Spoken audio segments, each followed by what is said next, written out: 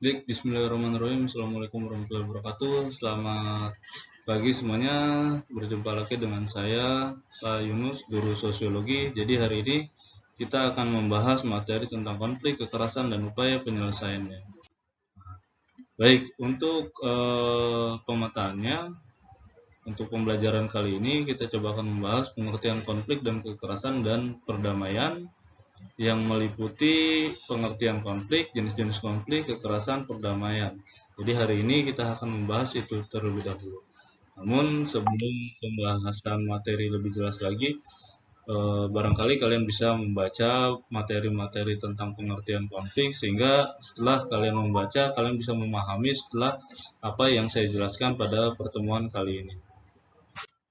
Nah, untuk tujuan pembelajarannya, kalian bisa menjelaskan definisi sosial dan stratifikasi sosial, mendefinisikan berbagai konflik yang terjadi dalam masyarakat. Yang berikutnya sebab-sebab konflik, mendeskripsikan kekerasan itu seperti apa. Yang terakhir upaya penyelesaian konflik dan kekerasan.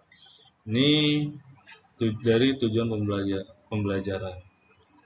Berikutnya, nah pada hakikatnya kita bisa simak Report di video Tembagapura itu harus tutup.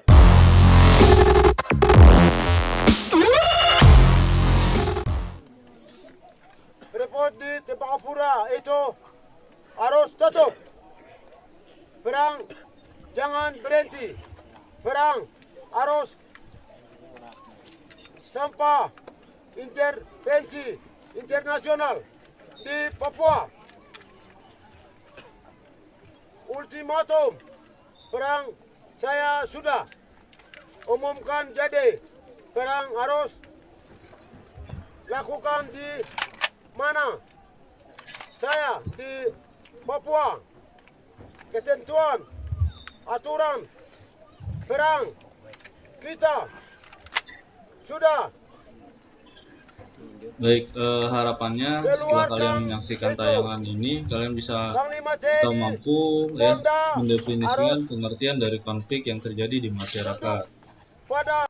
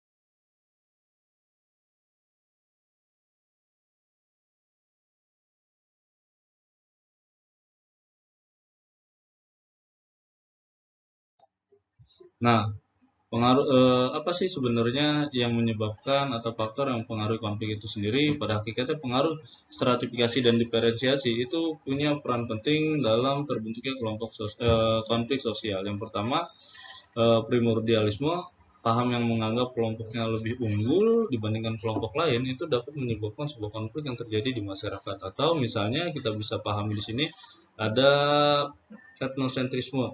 Jadi etnosentrisme adalah paham yang mengunggulkan kebudayaannya sendiri dibandingkan kebudayaan lain.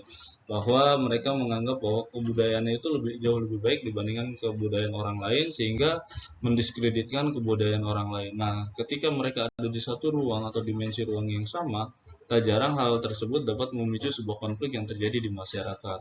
Nah, ini dua pengaruh dari stratifikasi dan diferensiasi atau pengaruh dari primordialisme dan etnosentrisme yang dapat menyebabkan sebuah konflik yang terjadi di masyarakat.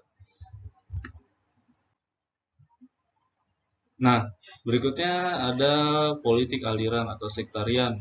Jadi, hal ini merupakan keadaan di mana sebuah kelompok atau organisasi tertentu dikelilingi oleh sejumlah organisasi massa atau ormas, baik formal maupun informal, ya, yang pada hakikatnya itu sejenis sama. Jadi misalnya kalau partainya berlandaskan agama A misalnya ya, jadi organisasi-organisasinya itu berlandaskan agama yang sama juga atau agama A yang sama. Nah, ini yang disebut dengan politik sektarian dan pada hakikatnya di masyarakat tertentu hal ini bisa terjadi. Nah, ketika politik identitas ini muncul dalam masyarakat dan bersinggungan dengan identitas yang lain, nah hal ini dapat menyebabkan konflik yang terjadi di masyarakat. Bahkan tak jarang hal yang demikian itu terjadi berdampak pada kekerasan sehingga menyebabkan hilangnya gitu ya harta benda bahkan nyawa seseorang. Nah, setelah kita lihat pengaruh dari stratifikasi dan diferensiasi sendiri, apa sih sebenarnya pengertian dari konflik? Nah, jadi pengertian konflik itu sebenarnya diambil dari bahasa Latin yaitu configere yang artinya saling memukul. Tapi pada hakikatnya kita tidak hanya melihat konflik dari segi fisikly saja atau terjadi kontak fisik antara orang lain. Tapi ketika terjadi perbedaan pendapat antara orang lain dengan atau individu yang satu dengan individu yang lain atau kelompok yang satu dengan kelompok yang lain, itu sudah bisa dikategorikan sebagai sebuah konflik. Nah, pada perspektif ini kita bisa lihat bahwa konflik sosial adalah bentuk interaksi sosial antara satu pihak dengan pihak yang lain yang ditandai dengan adanya sikap saling mengancam, menekan, sehingga saling bahkan menghancurkan. Nah, berarti kalau kita bisa lihat, bentuk ancaman terhadap orang lain merupakan sebuah konflik yang terjadi di masyarakat atau tekanan, ya. Misalnya ada bentuk-bentuk diskriminasi, bahkan menghilangkan nyawa orang lain, ini merupakan sebuah konflik. Tapi apakah konflik itu hanya pada sebatas perbedaan interaksi saja atau sampai ketika tidak menemukan win-win solusi sehingga menyebabkan tindakan-tindakan kekerasan baik verbal maupun non-verbal. Nah, saya rasa dari pembukaan di awal gitu ya, pengertian konflik kalian bisa memahami. Nah, berikutnya kita coba lihat pengertian konflik menurut tokoh sosiologi atau para ahli. Yang pertama, menurut Sir Johannes Canto mengatakan bahwa konflik merupakan suatu proses sosial di mana individu atau kelompok berusaha untuk memenuhi tujuan dengan jalan menentang pihak lawan yang disertai dengan ancaman dan atau kekerasan. Nah, kalau kita bisa lihat di sini, pengertian konflik menurut Sir Johannes Canto sama seperti definisi sosiologi melihat sebuah fenomena konflik itu sendiri. Nah, berikutnya Louis Althusser berpendapat bahwa konflik adalah sebuah perjuangan mengenai nilai-nilai atau tuntutan atas status kekuasaan bermaksud untuk menetralkan, mencederai bahkan ya melenyapkan lawan. Yang ketiga, itu menurut Gillen dan Gillin melihat konflik sebagai bagian dari proses interaksi sosial manusia yang saling berlawanan. Artinya konflik adalah bagian dari proses sosial yang terjadi karena adanya perbedaan baik fisik, emosi, kebudayaan, dan perilaku atau dengan kata lain konflik adalah salah satu proses interaksi sosial yang bersifat disosiatif dan bukan asosiatif. Nah, kalau kita lihat dari perspektif Gillen dan Gillin, ya. Pemicu konflik itu ada banyak ya faktor. Yang pertama, perbedaan fisik seseorang seperti warna kulit, perbedaan emosi seseorang, bahkan kebudayaan yang latar belakangnya berbeda. Kalau kita lihat pada fenomena ini, kita bisa lihat keberagaman atau masyarakat multikultural yang terjadi di masyarakat. Atau jarang ketika kita memandang mereka dari sudut pandang etnosentrisme kita, maka jarang hal ini dapat memicu sebuah konflik. Nah, berikutnya misalnya perilaku seseorang gitu ya, menurut Gilin dan Gilin juga dapat memicu sebuah konflik. Nah, yang keempat, menurut Detmold, dalam suatu sistem sosial dapat dikatakan terdapat konflik apabila para penghuni sistem tersebut membiarkan dirinya ya dibimbing oleh tujuan-tujuan atau nilai-nilai yang bertentangan dan terjadi secara besar-besaran. Nah, sedangkan Roger MZ Lawang, konflik merupakan sebuah perjuangan untuk memperoleh hal-hal yang langka ya dan sebagainya. Tujuan dari mereka yang berkonflik ini tidak hanya untuk memperoleh sesuatu untuk mendudukan persaingan lawan. Nah, hakikat konflik sosial, beberapa anggapan dasar berkenaan dengan konflik menurut Dahrendorf. Setiap masyarakat senantiasa berada dalam proses perubahan yang tiada akhir. Artinya, ketika mengalami sebuah perubahan dan kita tidak siap dengan perubahan atau orang lain tidak siap dengan perubahan, jarang perubahan ini dapat memicu sebuah konflik. Nah, yang poin kedua, setiap masyarakat mengandung konflik-konflik di dalam dirinya. Dengan kata lain, konflik adalah gejala yang melekat di dalam masyarakat. Berarti konflik itu tidak bisa hilang, tapi setidaknya kita bisa hindari atau meminimalisir ya dampak dari konflik itu sendiri. Yang berikutnya, setiap unsur di dalam suatu masyarakat memberikan sumbangan bagi terjadinya disintegrasi dan perubahan sosial. Nah, yang berikutnya, setiap masyarakat terintegrasi ya di atas penguasaan dominasi oleh sejumlah orang atau sejumlah orang lain. Dalam perspektif ini kita bisa menganalogikan misalnya ada kaum minoritas yang sebenarnya menguasai mayoritas atau mayoritas menguasai minoritas. Nah, seperti ini dominasinya bisa dapat menyebabkan sebuah konflik. Misalnya di negara tertentu yang sebenarnya hakikatnya dulu dikuasai oleh pribumi gitu ya, tapi lambat laun kaum minoritas berdatangkan ke wilayah tersebut dan menguasai aset-aset atau sumber daya alam yang terjadi yang seyogianya dulu dinikmati oleh masyarakat sebagai mayoritas, masyarakat pribumi, tapi mulai dikuasai oleh kaum minoritas, yaitu mereka-mereka yang datang dari beberapa daerah tertentu, seperti itu. Nah, di sini saya ingin menjelaskan jenis konflik menurut para ahli. Yang pertama, menurut aspek subjek, yang berikutnya aspek substansi, ya, yang berikutnya aspek keluaran dan aspek bidang kehidupan.